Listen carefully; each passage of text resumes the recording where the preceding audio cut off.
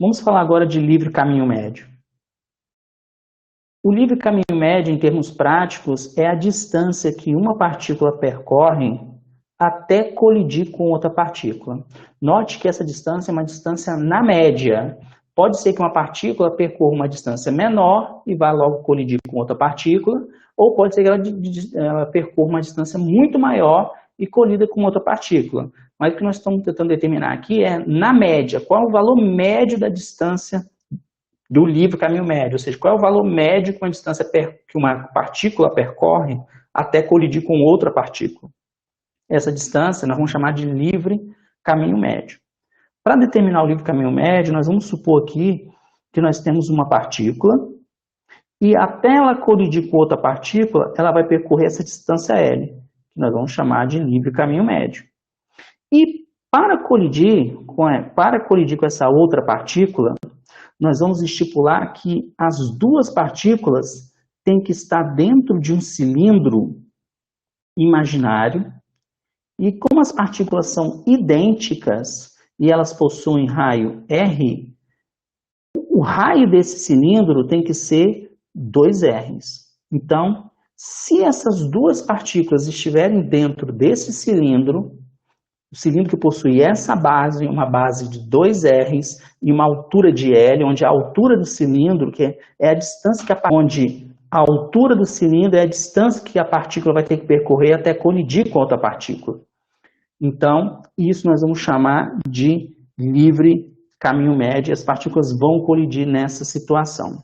Nós vamos considerar aqui o caso mais simples, que é o caso em que as partículas estão fixas.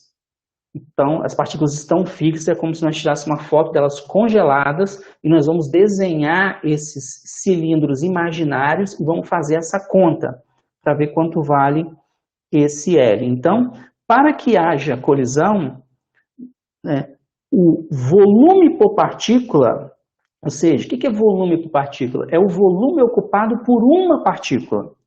O volume ocupado por uma partícula tem que ser exatamente o volume desse cilindro. Porque aí a partícula está dentro desse cilindro, ela vai andar dentro desse cilindro sem colidir com ninguém. Quando ela sair desse cilindro, ela colide com a outra partícula que está no outro cilindro, que é idêntico.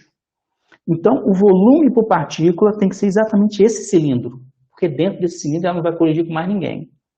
Então, o volume por partícula tem que ser igual ao volume desse cilindro. E qual é o volume desse cilindro? O volume de um cilindro é a área da base vezes a altura. A área da base é 2R ao quadrado, onde 2R é o raio, como eu disse.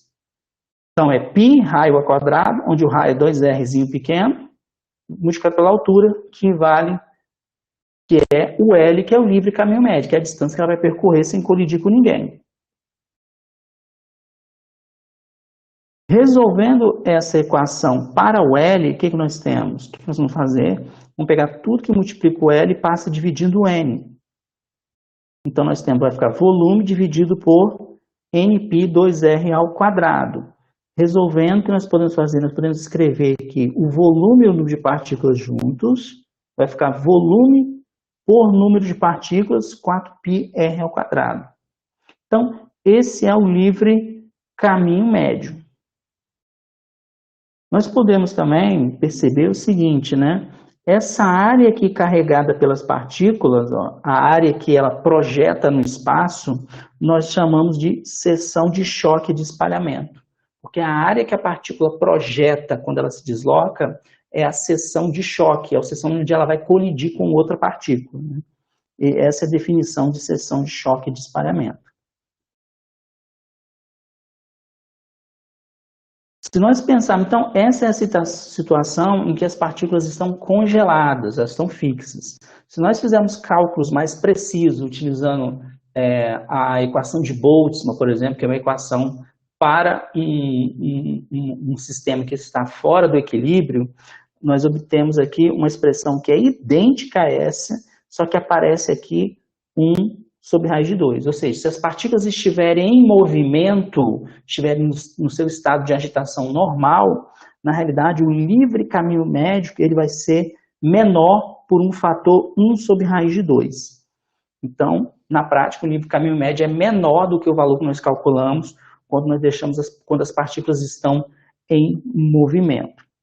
E uma coisa que nós podemos observar aqui, vamos lembrar, que se nós estivermos considerando um gás ideal, a gente pode relacionar volume com o número de partículas por meio da equação dos gases ideais, ou equação de Clapeyron, que é PV igual a N T.